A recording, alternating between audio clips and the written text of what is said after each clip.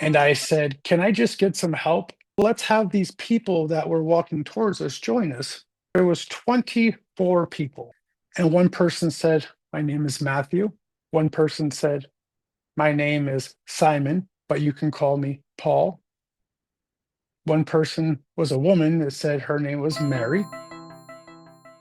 You're ready.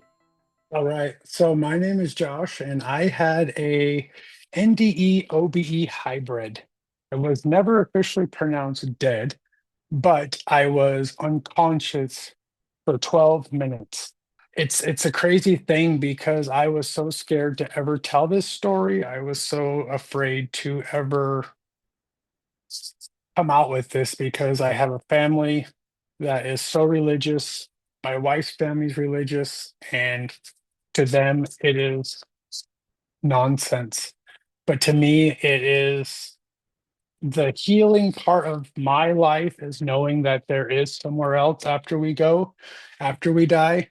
And I am telling my story for the first time ever. So it was 2012. It was winter, and I was going to meet a friend for breakfast.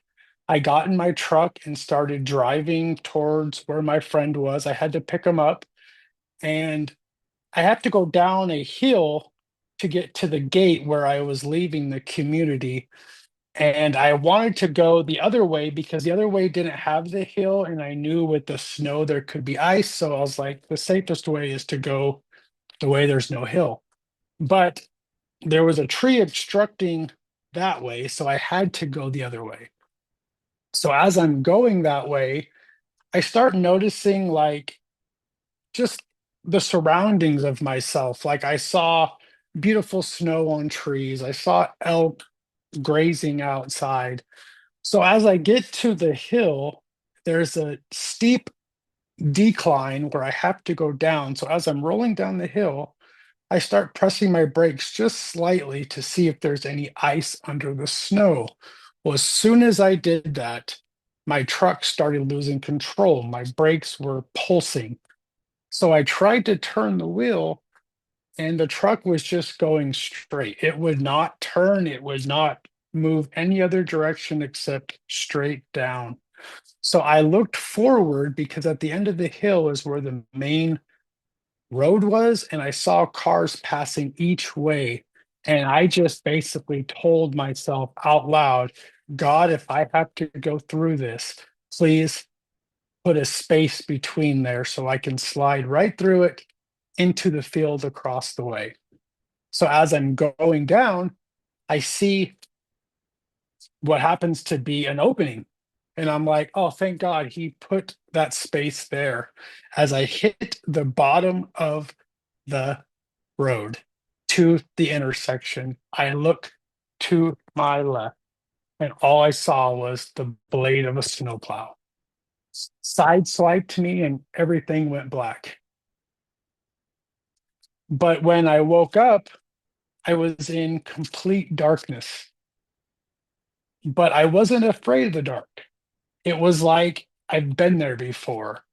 And it's weird because it was the darkest dark I've ever experienced, but the darkness felt like it had a sensation to it. Like it felt like if I put my hand out, I could feel felt, like how you felt like on antlers of elk and deers. And so I'm looking around, not scared, but I'm looking around to figure out where I'm at. And all of a sudden, I see a light above me, and a hand reaches out.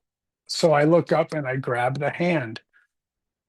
All of a sudden, I am looking straight up at the sky, but the sky was the bluest blue I've ever encountered. Like it was magnificent. Like there was no clouds, but it was just blue.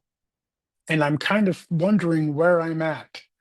And I look up, and I'm sitting up in a wheat field, but the wheat field was no ordinary wheat field. The wheat field had a glistening to it. It had like a bronze color to it, and you could see the wheat waving like as you look at it. And I could see structures off in the distance. So to myself, I thought, well, I'll just walk to the structures, find help, and I'll know where I'm at and I can just figure out what's happening. Because to me, I thought I was in that field across the way. So as I started approaching those buildings, they kept staying at the same distance as I was walking to them. And I thought to myself, that's strange. Why can't I go to these buildings? And to my right, I heard a voice say, because you're not supposed to be here yet. And I thought to myself, well, what? Like, what do you mean? What do you mean I'm supposed to be here right now? So I kept walking forward and I just had this feeling to look right. So as I looked to my right, there was a man walking towards me, but this man had a glow to him, like he had a spotlight on him, and he was wearing the whitest robe I've ever seen. The white glistened. Like I wish I could have a shirt that, like a sweater that was that color. It was beautiful. And he's approaching me and he looks at me and he says, "It's been a long time, my friend." And to me, I thought it was my friend that I was going to have breakfast with playing a trick on me. And I was like, "I talked to you 20 minutes ago." And he kind of looked at me like, we didn't talk 20 minutes ago. And I said, "Yes, I just talked to you on the phone." And he goes, "No, you didn't." And I'm like, "Okay, let's just go have breakfast. Let's go do what we have to do." And he said, "We're not here to have breakfast." And I said, "I just talked to you 20 minutes ago. We're supposed to go have breakfast." And he goes, "No." He goes, "I haven't seen you in 27 years." And I laughed and I said, "Well, I saw you in person a year ago." And he said, "No, my friend, it's been 27 years." And I said, "Okay, well, let's go to those buildings over there so I can get some help." And he goes, "Well, let's take a walk over here." So we start walking. And me and this man are walking, to my left, I see a group of people approaching me. And I asked this person I was walking with because still I didn't know who it was, but my soul felt like I knew who this person was. I just couldn't put a name on it. And I said, "Who are those people walking towards us?" And he goes, "Oh, those are my friends and your friends." And I said, "Oh, okay. Well, I've never seen them in my life, but if you say so, I'm just going to follow you so I can get some help." So as we're walking towards these buildings, the scenery changes again. And I said, "Wait, what just happened?" And he goes, "Oh, we're at a new place. We're going to sit here and talk for a while." And I was like, "Oh, okay." And there was a pool, kind of like a pond next to us with a big waterfall off in the distance. And there was a few people out in the water. And I said, "Who are those people out in the water?" And he goes, "Those are the weavers." And I said, "What's a weaver?" And he says, "People that weave time." And I said, "Yeah, okay, yeah, whatever, buddy." Like I was just not having what he was telling me. And I said, "Can I just get some help?" I said, "I need help. I don't know where I am, but deep down I knew where I was." So he says, "Well, let's have these people that were walking towards us join us and we can sit down and talk." And I said, "Okay." So there was 24 people in this group of people that walked towards us. And I said, "Well, can I have some of your names so I know who you are? So if I have ever met you, I can kind of know what I'm talking about." And one person said, "My name is Matthew." One person said, "My name is Simon, but you can call me Paul." One person was a woman that said her name was Mary.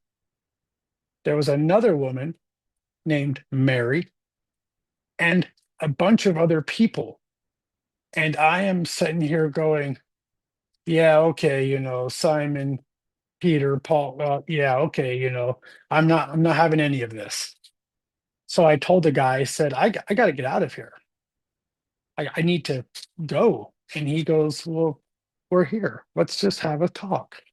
And I said, "Well, I'm supposed to meet my friend for breakfast." And he goes, "Well, are you hungry?" And I said, well, I'm supposed to meet my friend for breakfast, so I want to go meet him. And he said, we can get you some food, but let's talk for a moment. And I said, okay. And he goes, do you know where you are? And I said, no, I don't know where I am.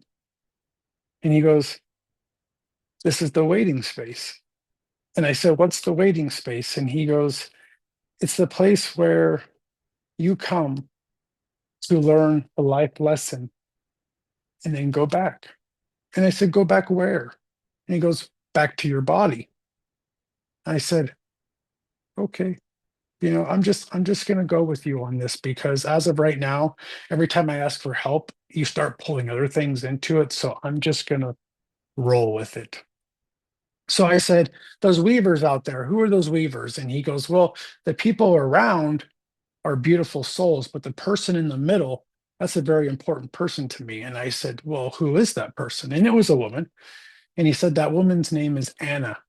And I said, Anna, okay. And he goes, that is my grandmother. I said, oh, okay. Well, I'm glad you have a grandma. And he kind of chuckled and he goes, to some people, they would look at that as, yeah, okay. And I said, well, why? And he goes, because in the book that you read, I don't have a grandmother. And I said, in the book that I read, so I don't read much, but I have read a few books. And he goes, man's book. And I said, what's man's book? And he goes, the Bible. And I said, oh, okay. So you're telling me that you're Jesus? And he goes, my actual name's Yeshua, but you can call me Jesus. And I said, okay. And that's Peter, Paul, Simon. Okay, got it. Yep. Okay. And he goes, I want you to introduce you to somebody. And I said, okay. So another man starts approaching me and he goes, do you know the story of your birth? And I said, yes, I do. I was born dead. I was dead for 12 minutes before I was brought back to life. He goes, that's the person that's supposed to be inside your body. That's the soul. You're a different soul. And I said, that person that's walking towards us is the person that's supposed to be. And I couldn't understand it. I was like, I don't understand this. And he goes, we'll get to it. And I said, okay. He goes, but for right now, I'm going to tell you that your soul was a walk-in. Okay. I said, so can you please just help me out? I'm trying to get where I'm going. I'm trying to understand what's going on. You're telling me this. I don't believe it. I don't understand it. I don't want to just give in to you and just believe it because I grew up with, a family that church was a sin. It was a cult. It was just, if you believed that there was someone up there sitting on a cloud, you were delulu. So I said, I'm just having a real hard time with this. And he goes, well, let me help you out. So I said, okay. And he goes, let's take a seat. So we sat down and there was some foods in front of us. And I didn't feel hungry. I didn't feel like I needed to eat, but I grabbed a few things. And in front of us, there was like a movie screen. And I was like, oh, we're watching a movie. And he goes, something like that. And I said, okay. So he shows us this movie and it's of different people. And I'm like, who are these people? And he says, each person in this video is a life that you lived. And I said, oh, like reincarnation. And he said, exactly. He goes, every person that you're going to see on this video is you. Well, not your physical body, but your soul. And I said, okay. So at first, I see what seems to be like a similar part in the movie that is where we're sitting. And I said, oh, that kind of looks like where we're at. And he said, it's exactly where we're at, but you were a child. I said, oh, okay. He goes, in this lifetime, your name was Joseph. I said, oh, okay. You know, I'll go with you on this. And the next part there is, he shows me another scene where I'm an elderly man with a woman laying in the bed, and I'm beside her holding her hand. And I said, what scene is this? And he goes, this is when you lost your wife in a life. And I said, okay. But the weird thing about it is as that woman took her last breath, I could feel it. Like all the emotions at that certain time in that life came back to me at that time. And I said, how am I feeling this? And he said, well, you lived it. The emotion is there. But the man started talking a different language, but I could understand it. And I said, well, he's speaking a different language, but how am I understanding it? And he said, you know many languages.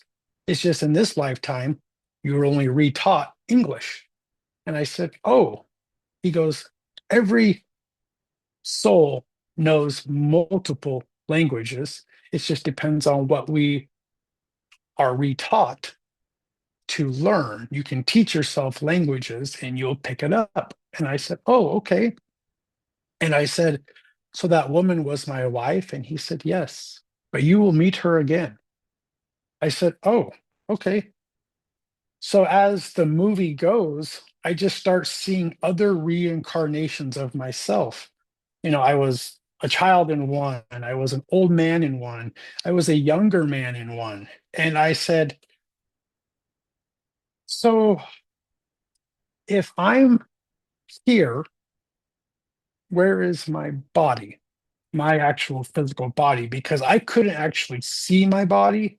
I could just see in front of me. So I couldn't look down and see myself. And he goes, we'll get to that. I said, okay. I said, so what else am I supposed to learn here? And he said, do you believe in me?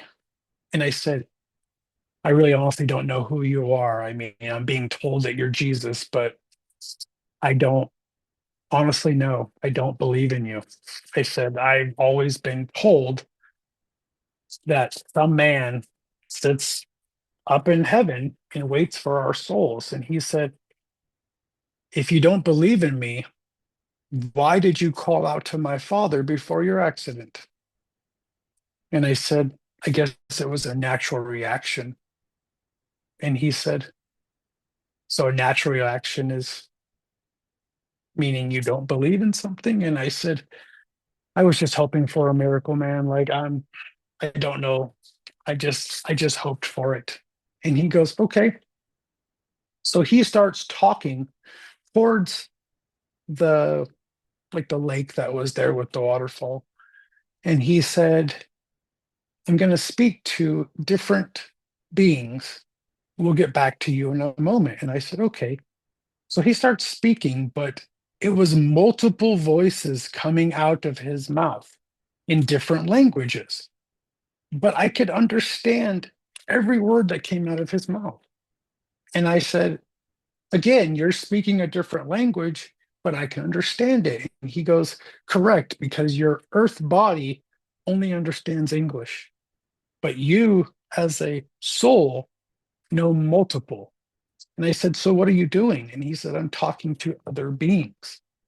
I said, other beings like other humans? And he goes, yes, but in different realities. I said, realities? He goes, do you think the life that you live is the only life that your soul is a part of? I said, well, yes, because that's all I've ever been told. And he goes, there is multiple yous in different realities. I said, oh, and he goes, that's why there's the weavers of time. They weave time together.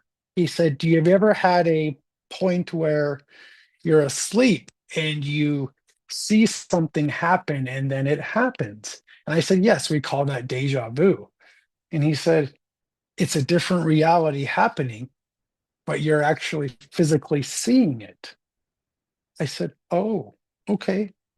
I've only ever known it as déjà vu. So, okay, I'll still go with you on this.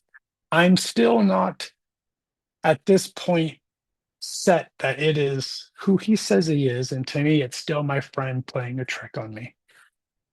I said, if you're really Jesus, prove it. Show me something that only you would know in my life. And he said, okay. I said, okay. So he says, are you ready? And I said, ready for what? And he snaps his fingers, and we're transported to a part in my life where only I would know about this because I was a young child and I was so angry at my grandmother that she was out in the yard, like raking up leaves and putting them in piles and, lighting them on fire and getting rid of them, that I kind of pushed her towards the fire and it caught her hair on fire. And she was running around the yard with her head on fire. And I was laughing at it. And I'm like looking back at this scene going, I was horrible. I was a horrible child. And he says, you weren't horrible. You just were off the beaten path. And I said, oh, and he goes, but you did help your grandmother. You helped her put it out. You helped. And I said, yes, but that's not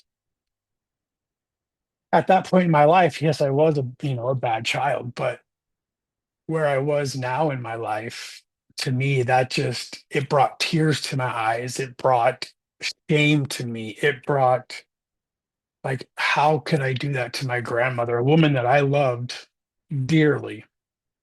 And he goes, is that enough for you? And I said, well, that's a scene in my life, and only I knew about it, except other family members. But no, it doesn't prove that you're Jesus. And he goes, one last one. And he snaps his fingers one more time. And we're brought back to that wheat field. But this time there is a huge tree off in the distance. And in front of this tree, there is just a wide row of chairs. And there's people sitting in each chair in these rows. And the rows went back as far as I could see. And he goes, that's all your family and you of your reincarnations. And I started seeing these people, and I could see family members of mine sitting at these chairs. And I tried to wave at them and I tried to, get their attention. And he looked at me and he said, they can't see you, but you can see them. And I said, oh. And he goes, right up front there, do you see the empty chair? And I said, yes, I do. And he goes, that's your chair. And I said, my chair for what? And he said, for when it's your time to go, that's where you'll be. I said, oh, so I won't reincarnate? And he goes, remember when I said you were a walk-in? I said, yes. And he goes, the other soul that you met was supposed to be who you are? I said, yes. I said, wait a minute. So if I was a walk-in, my mother never truly carried my soul in her, only my body? And he goes, have you ever been close to your mother? I said, no, there's never been that motherly bond with my mother. Like my siblings had the bond, but I didn't. Like I never felt like I was part of her. And he said, that's the reason why, because you were not the soul that she carried. You are the walk in that we put into this body to experience everything that you're experiencing in your life. Because in the past lives that you had, you were in some way of power. So you never really experienced heartache except loved ones dying. You never experienced what it was like to be poor. You never experienced what it was like to be a drug addict. You never experienced what it was like to be a bad person. So this is your last carnation and you're experiencing all at once. And I said, oh, okay. Because I am a recovering addict. I am 7 years sober, and I am so proud of that. But I still couldn't gasp it. And he said, so we will meet again. I said, okay. I said, I'm going to go with you on that. And he goes, but for now, I'm going to put you back. But you're not going to go back right away. I want you to experience one more thing. I said, okay. So he said, until then, be you. And I said, okay. And the crazy thing about this is I never remembered any of this until I turned 40 years old, because I remember now, before I was left to be put back in my body, he told me, you have more to experience before you remember this. I said, okay. He goes, you'll remember it on your 40th birthday. I said, okay. So at that time, I was just like, whatever, buddy, see you later. I will go do what I have to do and come back and see you later. So he puts me back in the hospital, but not in my body. I could see my body laying on the table in the room, and there's two detectives standing next to me, and a doctor and a nurse. And I was like, oh, well, the detectives are there because, it was a car accident and they want to get my story. And I understand that. So as I'm walking, I hear a, hey, hey. And I look over and it's a little kid. And he goes, come here, come here. I said, okay. So I went to this little kid and he goes, what are you doing here? And I said, well, I'm trying to get back to my body, but I guess I can't go back there right now. And he said, you want to do something with me? And I said, do what? He goes, just come with me. I said, okay. So we go into this room. There's another person lying on the bed. I said, what are you showing me? Is this your mom, your dad, your grandparents? And as I looked back at this kid, it was a grown man now. I said, oh, where'd the kid go? And he goes, I was the kid. I can take any form I want. I said, well, what are we doing here? Why are we in this person's room? And I heard to my right, that person that was laying on the bed talking. And I looked over and I saw them outside their body. And he goes, do you want to help me? And I said, help you do what? He goes, well, I'm taking him. And I said, where are you taking him? And he goes, to the beyond. I said, what do you mean you're taking him to the beyond? I said, I'm sorry, I'm kind of confused here. And he goes, who comes and takes souls? I said, well, to me, I like, oh, the Grim Reaper. And he goes, well, the Grim Reaper is a far fetch of a name, but I am a Reaper. And I said, but you don't have the little hook thing he always carries in pictures and the cloak. And he goes, I can take any form I want. He goes, I'll make you a deal. I said, what's the deal? He goes, you help me take this person back to where they need to go, and I'll let you go back to your body. I said, well, I was told by the person I was just with that I can go back to my body. I just have one last thing to do. And he goes, exactly. I said, wait a minute. So I don't like this. And he goes, you can help me do this, or I can take you for him. And I thought to myself, I'm like, no, I had a sense that I have a purpose. I have something I need to do. And I said, no, I'm not going to help you. I said, I'm not here to reap people. I'm not here to, do any bad work. And he goes, I'm not doing bad work. I'm taking him where he belongs. And I said, no, the Grim Reaper has always been as a bad symbol. And he goes, that's just what we've been predicted as. We are actually good. I said, oh. He goes, we're just here to be the middle person to navigate the soul to where it needs to go. And I said, okay. I said, so this is a good thing. And he goes, yes, it's a good thing. And as soon as I went to say, oh, a light behind me shined, and I heard a voice saying, "Do not help him." I was like, "Where's that voice coming from?" And all of a sudden, another man appeared. But to me, I really thought the doctors were injecting me with some crazy drugs because this man appeared out of this light with like gladiator attire on. And I said, "Who are you?" And he goes, "You know me as Michael. Do not agree to his terms. You have things to do on this earth. The person that brought you back here told you this. So do not." And I said, "Okay."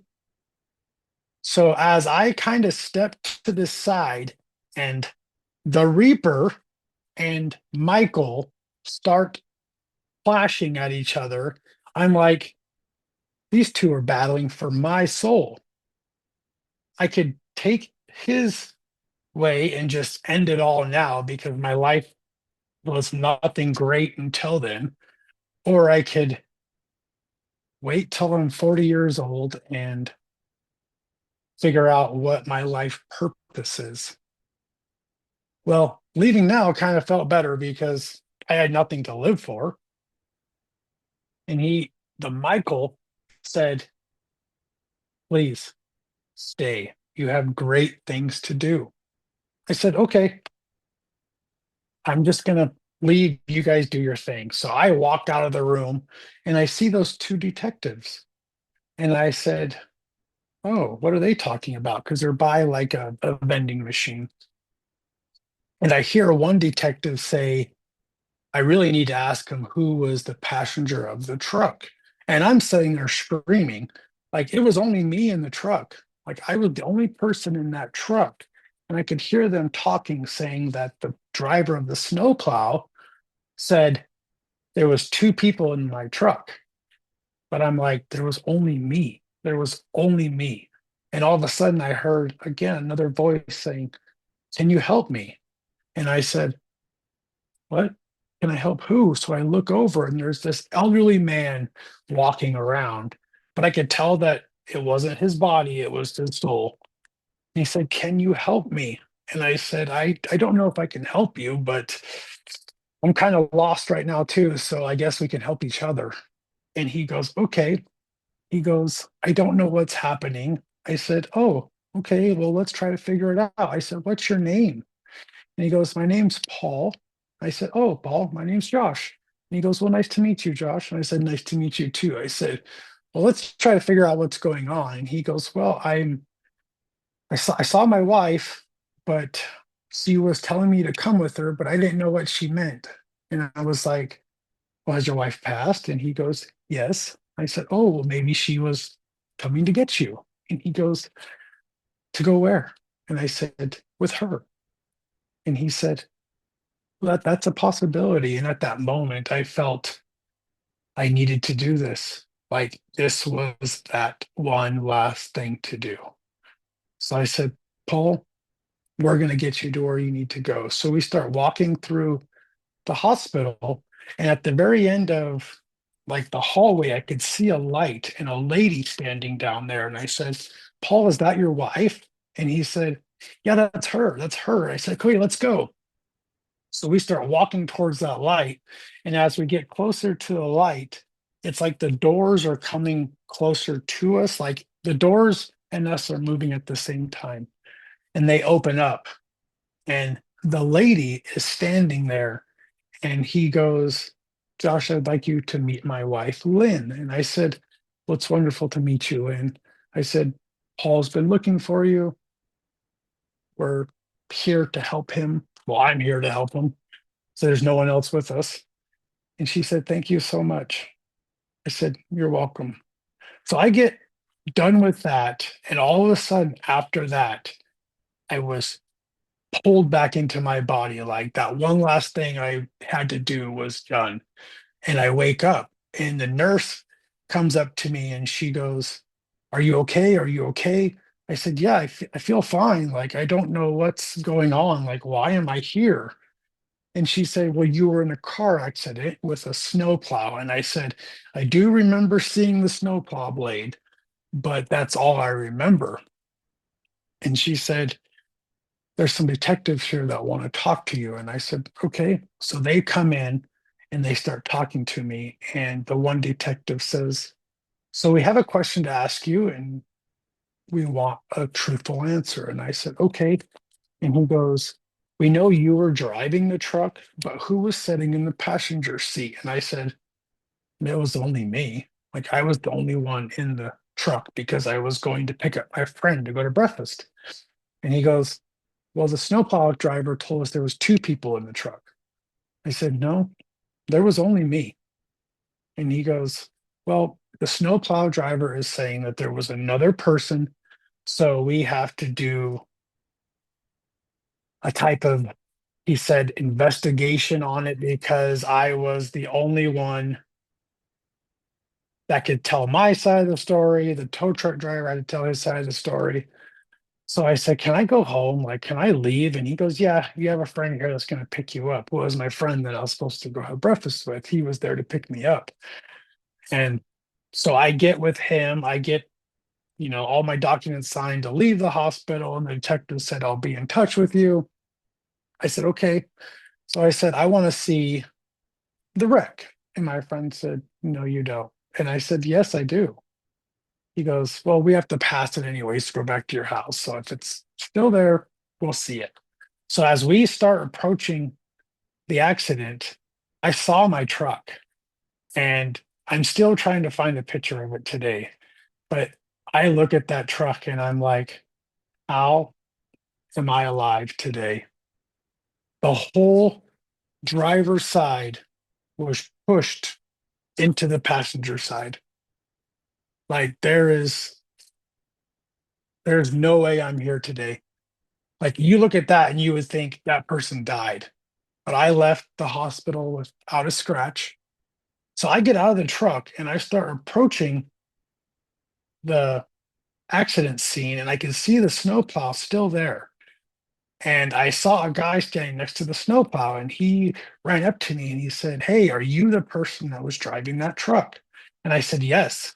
And he goes, wow, you're walking? And I said, yeah, I don't have any scratches on me. I said, but I said, I'm just remembering something. And he goes, what's that? And I said, do you have to be at the hospital soon? And he goes, well, I'm on my way there because my dad's there and he's not doing good. And I said, oh, I said, well, what's your dad's name? And he goes, my dad's name's Paul. I thought to myself and I said, I'm sorry, but your dad's gone. And he said, what do you mean my dad's gone? And at that moment, he got a phone call stating that his dad passed away.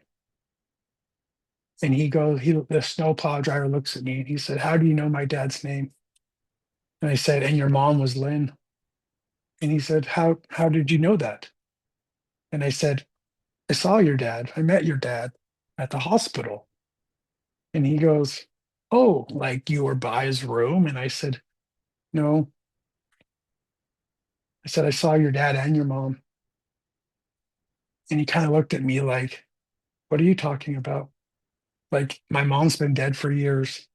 And I said, I'm just letting you know that I met your mom and dad. And I said, I want to see the wreck.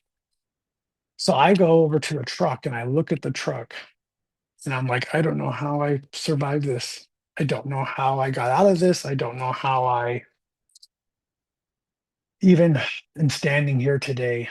But a sense of me overcame, like, there's more to come, but it's not time yet. And I said, oh, okay. Like, I thought to myself, oh, okay. So I thought, well, I'm going to see if I can look inside the truck. And if you look in, as you looked from the passenger side into the part you could see from the driver's side, there was what looked like to be a burned handprint in the inside door, like someone was holding that door from smashing me. And I'm like thinking to myself, well, what could cause that? But as today, as I'm, you know, remembering all this again, I know it was Michael with me protecting me. But it's just one of those things where I'm saddened that it took this long to remember it because it's an amazing experience I had. I am not afraid of death. I am excited to get back there when it does happen. I know where I'm going. And if I could give anyone any positivity out of it, there's nothing to be afraid of. There is nothing. It is all love. It is all welcoming. It is, it's an experience that I wish people could just have the experience to experience it and know that they know what's waiting for them on the other side because it's your family, it's your loved ones, it's the people that you met through your life, people that you met through many lifetimes.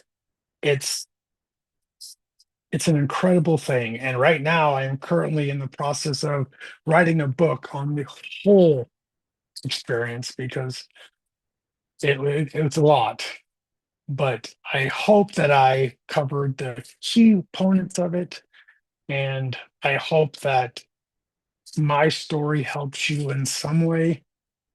I,